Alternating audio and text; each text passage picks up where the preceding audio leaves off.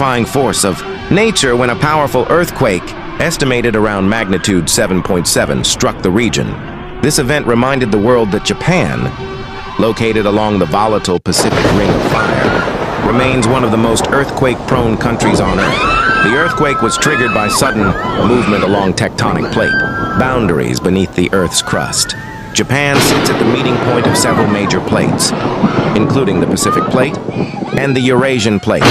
When these massive slabs of rock suddenly shift or grind against each other, energy is released in the form of seismic waves, what we feel as an earthquake. This particular quake was a result of undersea fault movement, which is why it immediately raised concerns about a possible tsunami. One of the most critical aspects of Japan's disaster management system is its early warning network. The Japan Meteorological Agency detected seismic activity within seconds and issued nationwide alerts through phones, sirens, and television broadcasts. Citizens received messages such as, "Strong earthquake expected. Take cover immediately. Tsunami warning issued. Move to higher ground." These alerts gave people precious seconds to minutes to react, time that often makes the difference between life and death. Because the earthquake occurred under or near the ocean floor, there was immediate fear of a tsunami. Coastal areas were placed under evacuation orders, and residents were instructed to move to higher ground. Although some regions experienced small tsunami waves, Japan's coastal defenses, such as seawalls, evacuation towers, and strict warning systems, helped reduce the potential destruction compared to past disasters like the 2011 catastrophe. Damage and destruction.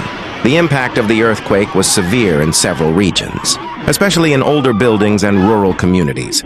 Roads cracked and shifted. Buildings collapsed or became unsafe, and landslides were triggered in mountainous areas. Utilities such as electricity, water supply, and transportation were temporarily disrupted.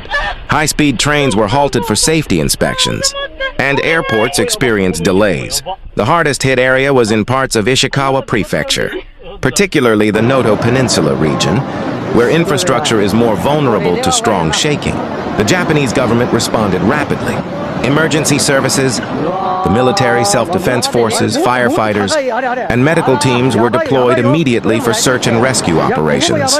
Temporary shelters were opened in schools and community centers for displaced residents. Food, water, blankets, and medical supplies were distributed quickly.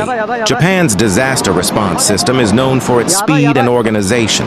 Authorities also conducted continuous aftershock monitoring and warned citizens to remain cautious, as aftershocks often follow major quakes.